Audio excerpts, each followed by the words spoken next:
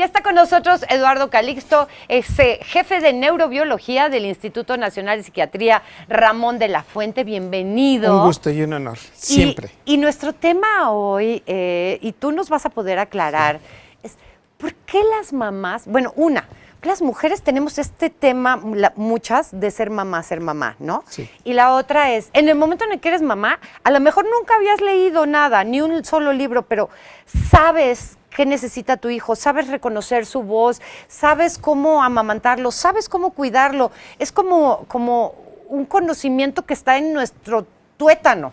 La interpretación de tantas cosas conductualmente que tú dices, mi hijo tiene esto, o llora por esto. Pueden encontrar la diferencia entre un llanto por estar contento, tener frío, tener hambre o estar enojado. O sea, todos esos elementos, si lo dices muy bien. Hay varios procesos, y esto específicamente de que el evento principal es que los procesos de interpretación y procesos cognitivos que tienen las mujeres tienen un desarrollo muchísimo más evolucionado que el de los varones. Entre los 8 y 12 años de edad, el giro del cíngulo se integra muy bien a toda la interpretación social. Pero también hay un punto fundamental. Las mujeres liberan más la hormona del apego, que se llama oxitocina. Cuando tú haces mediciones de oxitocina en el cerebro femenino, es casi un 25% más. ¿Esto qué significa? A ver, y lo voy a decir con mucho cuidado, no todos los apegos son benéficos. O sea, yo puedo decir, es que Paco es mi amigo. Oye, pero pues sí, o sea, y Paco puede hacer así, pues sí, y... No, pues tú eres mi amigo y yo te quiero acompañar a todo, a donde vayas, tú y yo voy. Y dice Paco, no, espérate, o sea, somos amigos, pero pues agarra la onda que pues eso no me gusta. No, Paco, pero yo voy en mi coche y yo te voy siguiendo. Apegos de codependencias tan fuertes, están metidas estas hormonas. Bueno, las mujeres lo tienen.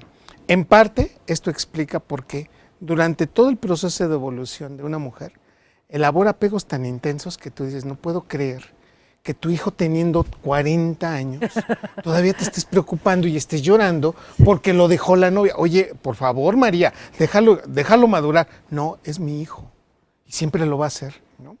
Tiene que ver un poco esto con cuando los hijos deciden tomar su propia vida y salen de casa. Las madres tienen este sentimiento de, es que me está abandonando. A pesar de que es un proceso de la vida que es muy claro, es el síndrome del nido vacío, ¿no? Sí. ¿Y tiene que ver con esto? Sí, por supuesto. Las mujeres tienen más oxitocina y aún sabiendo que va a haber una separación real y que tarde o temprano tiene que existir, para ellas es más doloroso. Y en ese proceso hormonal neuroquímico también vienen cambios anatómicos. Cuando una mujer es joven, se preocupa mucho por agradarle al sexo opuesto, se cuida, el cutis debe de lucir más terso, eso le gusta mucho a los hombres, valora más el cutis de una mujer joven, por ejemplo, en términos generales. En este contexto, una mujer es extraordinariamente egoísta en su cuidado, o sea, invierte mucho económicamente para cuidar su cutis, sus uñas, su peinado. Cuando viene el primer hijo, esto se acaba, rotundamente en un 90%. Entonces ya se acaba que el cuidadito del pelo, que la crema para la arruguita, se acabó. Ahora el cuidado y la atención la tiene el hijo. ¿Qué pasó? Y estos estudios empiezan aproximadamente en 1993 en Europa, específicamente España, lleva mucho la delantera de qué sucede en el cerebro de las mujeres. Se toman estudios y fotografías del cerebro durante todo el embarazo de una mujer. Y entonces nos damos cuenta de algo muy interesante. Madura más rápido la mujer. Si esto pasa, un embarazo pasa entre los 16 y 17 años, prácticamente la corteza prefrontal termina de organizarse y formarse. O sea, originalmente tenía que llegar esto a los 22 años en un embarazo, pero se embaraza, automáticamente viene la organización y como se unen las neuronas. Quiere decir que un embarazo en sí predispone a madurez cerebral, independientemente de la edad. 1, 2, cuando una mujer se embaraza y en especial el primer hijo, es el que otorga mayor organización de procesos memorísticos. ¿Esto qué implica? Una mujer siempre se va a acordar del momento que se sentía embarazada, del momento del trabajo de parto, de todo el proceso de trabajo de parto. Ustedes nos los pueden contar con lujos de detalle y decir, empecé así, eran las 3 de la mañana, bueno, eran 3:05, porque me acuerdo porque el reloj, y tú dices, ¿cómo te acuerdas de esos detalles? El trabajo de parto, todo el proceso y cómo se carga, cómo se cuida, cómo se alimentó, cómo tiene que ser todo este evento, porque el cerebro es un momento crítico que si no lo aprende en ese momento le va a costar más trabajo después. Y por consecuencia, toda esta facilidad hormonal que tiene la mujer en el embarazo le permite incrementar memoria, neuronas del hipocampo. es en esa etapa en donde una mujer puede incluso reaprender un idioma o reaprender algo o aprender nuevamente cosas porque se lo está favoreciendo el hipocampo. ¿En cuál? ¿En la de embarazo o en la de...? En la del embarazo. Ah, okay. Entonces, lo más hermoso es que el hijo le otorga un regalo neurobiológico a la mamá. Le permite reorganización de redes neuronales, la hace más sociable, la hace más empática y le otorga neuronas para la memoria. Entonces, esa memoria la va a llevar la mamá toda la vida. Incluso una mamá de 60 años, 70 años, te gusta, es capaz de dar detalles y lujo de cuidados a una persona joven o a las generaciones posteriores y les está dando toda la información que ella recibió en su momento. Y una más, y de verdad esta yo quisiera compartirlo con mucho cariño. Fíjate nada más, si yo te digo, bueno, pues es que nuestra mamá siempre está presente con nosotros, aunque ya no esté, por ejemplo, en el caso mío. Y uno se queda como metafóricamente con la anécdota, pues claro, siempre nos acompaña. No, es real desde el punto de vista biológico. Todas las células del cuerpo tienen una estructura subcelular que se llama mitocondria. La mitocondria genera energía. Ejemplo, por ejemplo, 1 kilo de cerebro gasta casi 30% más energía que 1 kilo de músculo. Esa es una de las particularidades que tiene nuestro cerebro. ¿Qué quiere decir? Toda la glucosa que estamos comiendo, 25% dice el cerebro, es para mí. Esta es parte de la evolución que tenemos en la vida. La mitocondria, en el momento de la fecundación, cuando viene el espermatozoide, se une al óvulo, es el óvulo el que tiene mitocondrias. El espermatozoide por naturaleza pierde las mitocondrias en el momento que fecunda. Por lo tanto, todas las mitocondrias de mi cuerpo, todas las mitocondrias desde la punta de la cabeza hasta el dedo gordo del pie, son de mi mamá. Y es algo muy interesante en el contexto neurobiológico, porque la mitocondria es la que sintetiza y genera neurotransmisores. Así que mis neurotransmisores de mi conducta, de mi enojo, de mi furia, de mi angustia, de mi felicidad, se los debo a mi madre. Y en ese contexto, ustedes nos han otorgado a nosotros los varones algo tan hermoso, que además de ser la vida, es cómo conllevamos con todo esto unas mitocondrias hasta el último día de nuestra vida. Por lo tanto, estos aspectos de regulación biológica influyen hormonalmente. Imagínense nada más para lo bonito y para lo feo. Una mamá que decide ser mamá a los 35, 40 años de edad, las mitocondrias ya están viejas en el óvulo y se relacionan con trastorno de déficit de atención o se relacionan con autismo. Estos procesos, entre más las células van envejeciendo más y una mujer se tarda en tener bebés, esto se lleva y hoy nos damos cuenta que dependen más de la mamá que del papá. Y en consecuencia, bueno, todos estos eventos a lo largo de la vida nos damos cuenta que la mamá mejora su fluidez verbal, mejora su capacidad motriz. Ser mamá le brinda más detalles para coser, para tejer, para hacer cosas con la mano. Ser mamá le genera mayores conexiones neuronales para recordar. Ser mamá la hace que se adapte más rápido a los procesos de la vida. ¿Por qué si existe esta maduración en el cerebro de la mujer en el embarazo, por qué la madre puede superar de una mejor manera o más sencilla manera la muerte de su pareja, la muerte de sus hermanos, la muerte de sus papás, pero la madre nunca puede superar la muerte de su hijo? Hay un estudio en Montenegro en el 2004 que va precisamente a tratar de resolver eso. Y es que mueren parte de ti, son tus genes los que se están yendo. O sea, el hecho de tener una pareja y decir, bueno, vamos a tener un hijo, o tenemos hijos. Bueno, trascendimos a través de nuestro amor y de nuestros cambios biológicos en los hijos. Y bueno, el cerebro, y hay un libro maravilloso que se llama El gen egoísta, que implica claramente que cuando se trata de hijos, y obviamente si hay en un marco de buena salud mental, tú siempre vas a proteger a tus hijos. O sea, siempre vas a proteger a tus genes. Genes que están dentro de ti cuidan a sus propios genes. Entonces, yo te pongo el ejemplo. Si ves que tu hijo está abajo de un sitio donde se le van a venir 20 costales encima y no alcanzas, tú das el salto y lo quitas. O sea, te salen fuerzas de donde no. O sea, es una respuesta adrenérgica, se incrementa la actividad muscular y haces el salto que si no tuvieras esa motivación no lo harías. Entonces, lo que desarrollamos es un aspecto muy general de apego así muy fuerte sobre el cuidado de los genes.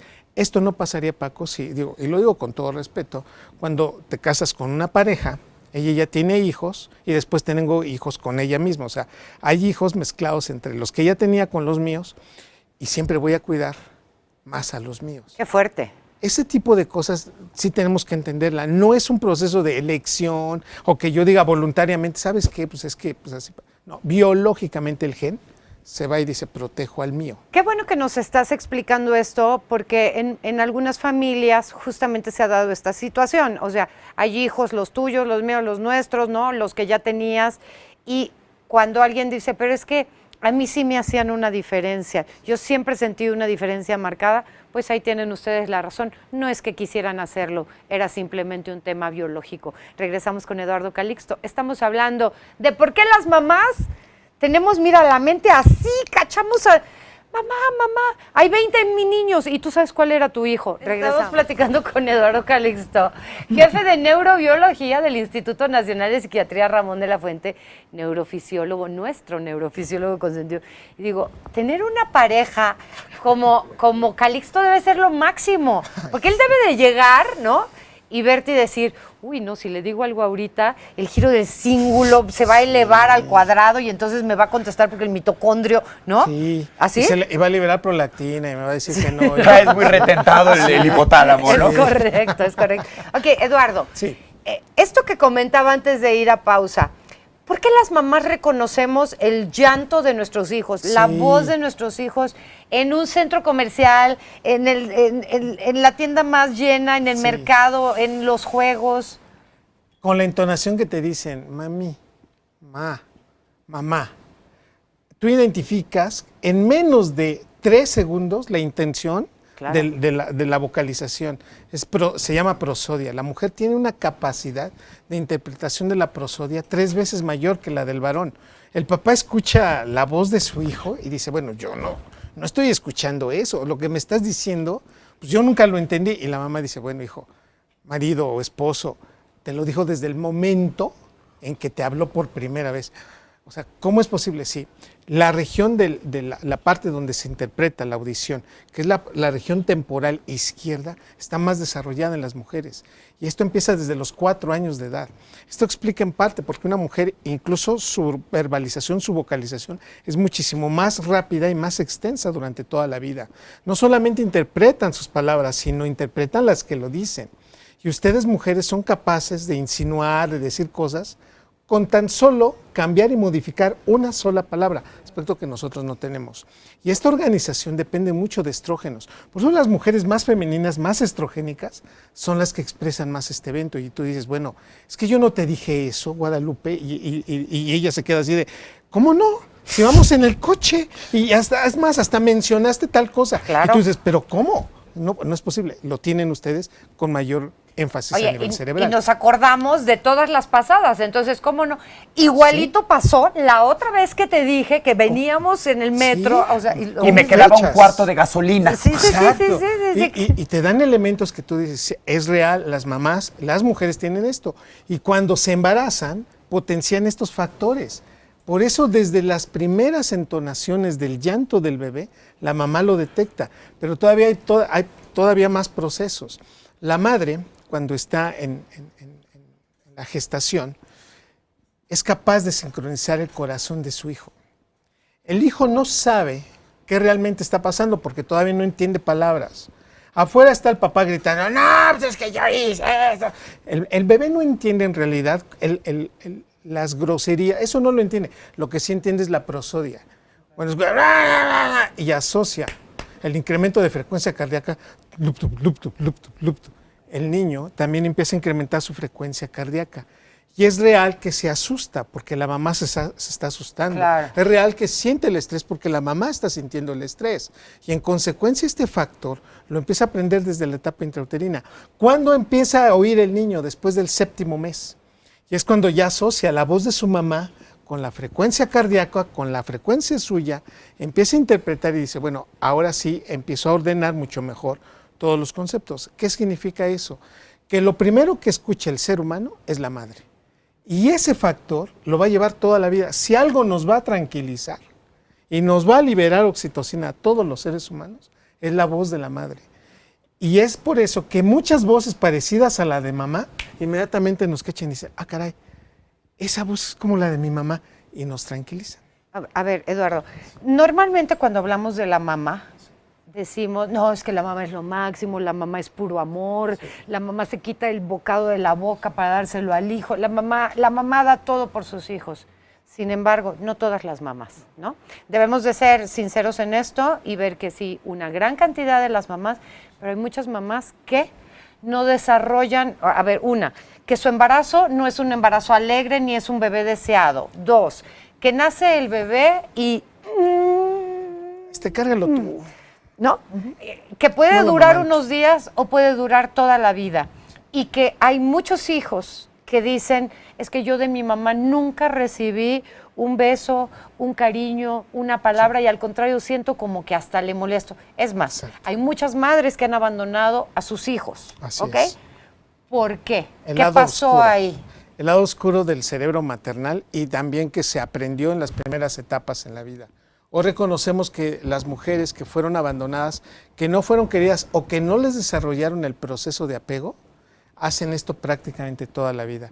Hay 2 etapas críticas de esto. El primer año de vida, si no te hablan, si no te estimulan, si no te cuidan, si no te abrazan, el proceso de la generación de liberación de oxitocina se cae prácticamente toda la vida.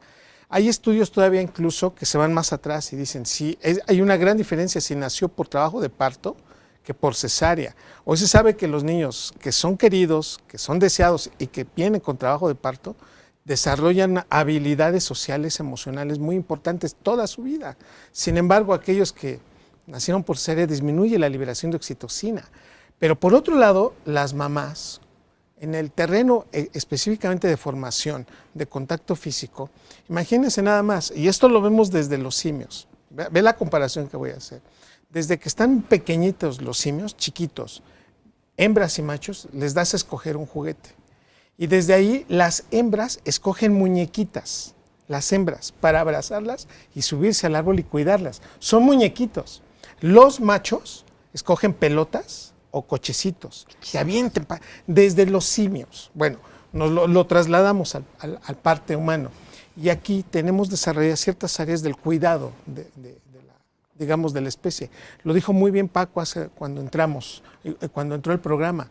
Los hermanos, los tíos, sin tener una integración real, se atreven a ir a cuidar, porque también hay genes ahí involucrados, y la simple percepción humana de decir, lo voy a cuidar porque está chiquito. Bueno, todos estos eventos a nivel cerebral van enseñando. Cuando un hijo no es deseado, es evidente que cambia mucho de algunas hormonas específicas en el cerebro. Hay menor liberación de oxitocina y de dopamina. Son individuos que prácticamente toda la vida van a estar desarrollando tendencias a ser depresivos, a generar crisis de ansiedad y angustia. Hay hijos que aún en un entorno familiar, que son 4 o 5 hermanos, la hija le dicen, o el hijo, no sé, cualquiera, es que a ti no te abrazaron, no te quisieron, te mandaban hasta el final, es más, te daban las tareas más difíciles, o definitivamente es un hecho que mi mamá no te quiso. Y todo lo reconoce, ¿no? En ese contexto, yo tengo que decir que eso es relativamente frecuente en esta sociedad y en este, digamos, desarrollo.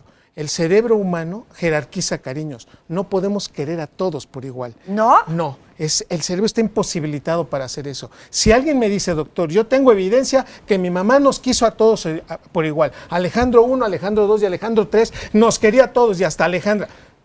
Es una mentira. Realmente el cerebro jerarquiza cariños. Siempre se va a querer más a uno. Fíjate, y pocas veces lo digo de esta manera. Y también se quiere menos a uno. No es que no lo quiera, sino la comparación de los cariños es distinto porque el cerebro los jerarquiza. ¿De qué depende? Del tiempo donde se embarazó, de las situaciones que vivió alrededor de ese embarazo y tercero, de la situación personal que tenía con la pareja. Hay hijos que vienen en unas etapas complicadas y hay hijos en donde se esperan y la bonanza está en casa. Todos esos detalles influyen demasiado y es un hecho que cuando el hijo crece, se genera esa percepción muy importante, como en la liberación de oxitocina. Hay hijos que abrazan a su mamá. Hay personas que van por el mundo, yo me considero una persona así, voy platicando y voy tocando. Y hay personas que así como que, sí, pero no me abraces, ¿no? No me toques. Es una percepción real, ¿por qué? Porque la liberación de oxitocina de él con respecto a la mía es totalmente distinta. Y nos podemos desarrollar perfectamente en un entorno social, pero los apegos que yo voy a desarrollar van a ser más intensos y más rápidos que los que va a generar él. Y eso desde las primeras etapas con la mamá se da. Me gustaría entender el significado de esto. ¿Qué pasa? Porque primero lo voy a intentar explicar de manera espiritual y para que nos lo digas por la neurociencia. ¿Qué pasa cuando estás muy triste, estás muy deprimido, estás en casa, tienes mucho dolor en el alma, digámoslo, y recibes una llamada de mamá y dice, ¿qué tienes? Sentí que tienes algo, como que estuviéramos conectados. Los coaches, los adivinadores, toda esta gente dice, tenemos conexiones especiales por medio del universo y porque estuvimos conectados por un cordón y entonces el chakra, no sé qué, bla, bla, bla, bla, bla. ¿Qué dice la neurociencia? ¿Qué dice la neurociencia? La interpretación se dio en menos de 2 segundos. Yo en realidad no sabía qué te estaba pasando, te hablo y te escucho, hola. Cuando siempre, ¿qué tal? Buenos días, ¿cómo están todas las cosas allá? Y nada más me dices, hola. Automáticamente, tiempo cerebro, eso pasaron y se reintegró y se organizó todo un estímulo tan grande de interpretación para decir, ¿qué tienes? Siento como que algo te estaba pasando, cuando en realidad se está construyendo en los pasados 5 segundos. ¡Qué frío eres! Sí, lo lamento. ¡Qué frío eres! Yo lo lamento. Que no has querido entender que las madres tenemos un hilo de oro irrompible con nuestros hijos. Yo lo entiendo, pero tengo que decir que a nivel cerebral es lo único que tenemos para explicar todo esto. Así que, queridas mamás, quieran mucho a sus hijos, hijos quieran mucho a sus mamás. Y de verdad, es una de las... Que sea digamos, la justificación del día de hoy. Quiéranse mucho, abrácense mucho. El cerebro lo necesita. Muchas gracias, Gracias. Eduardo. Es Eduardo Calixto, nuestro neurofisiólogo consentido de la vida y del Gracias. amor. Muchas gracias.